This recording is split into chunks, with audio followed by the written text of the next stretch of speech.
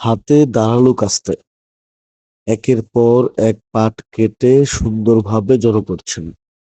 কিছুক্ষণ পর সেই পাটগুলো আঁটি বেঁধে কাঁধে তুলে নিচ্ছেন নিঃশব্দ আত্মবিশ্বাসে।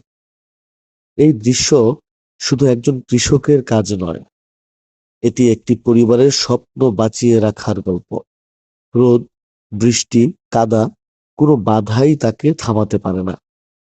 তার ঘামের প্রতিটি ফোঁটায় লুকিয়ে থাকে ফসলের আশা, সন্তানের ভবিষ্যৎ আর পরিবারের হাসি। আমরা হয়তো বাজার থেকে পাটের তৈরি নানা পণ্য কিনি, কিন্তু এর পেছনে থাকে এমন হাজারো পরিশ্রমী মানুষের নিরলস শ্রম। তাদের হাতেই জন্ম নেয় বাংলার সোনালী আঁশের গর্ব।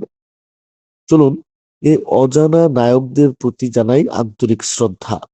তাদের পরিশ্রমের কারণেই আজও বাংলার মাঠ ঘাট জীবন্ত, আর কৃষির ঐতিহ্য টিকে আছে প্রজন্মের পর প্রজন্ম। এমন ভিডিও পেতে পেজটি ফলো করে রাখুন।